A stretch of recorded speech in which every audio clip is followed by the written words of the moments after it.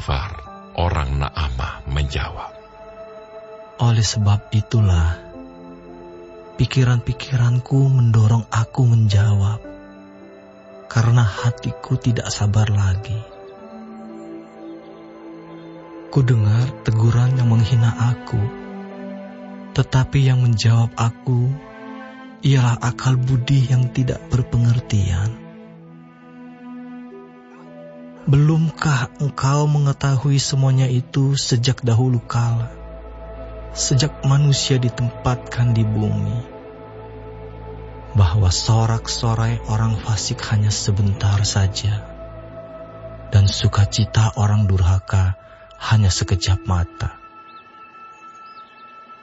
Walaupun keangkuhannya sampai ke langit dan kepalanya mengenai awan, namun seperti tahinya, ia akan binasa untuk selama-lamanya.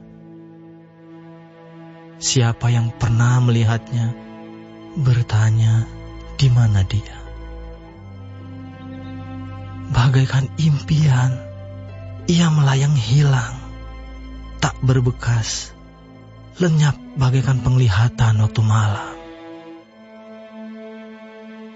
Ia tidak lagi tampak pada mata yang melihatnya, dan tempat kediamannya tidak melihatnya lagi.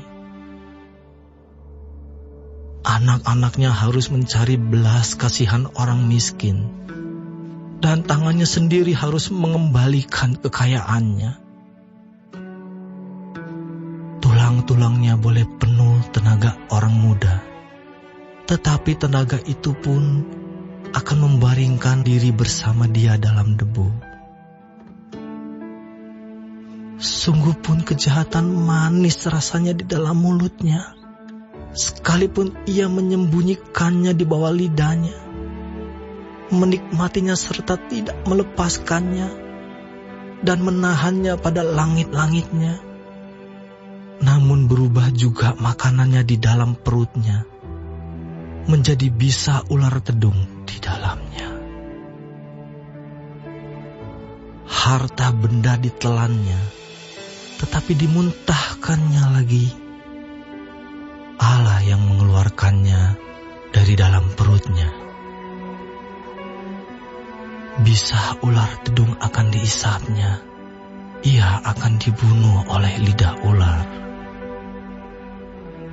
Ia tidak boleh melihat batang-batang air dan sungai-sungai yang mengalirkan madu dan dadi. Ia harus mengembalikan apa yang diperolehnya dan tidak mengecapnya. Ia tidak menikmati kekayaan hasil dagangnya,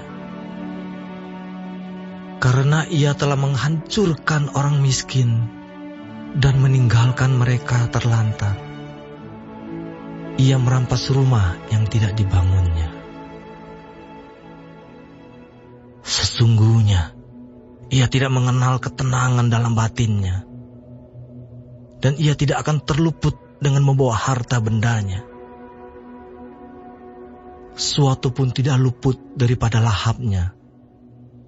Itulah sebabnya kemujurannya tidak kekal.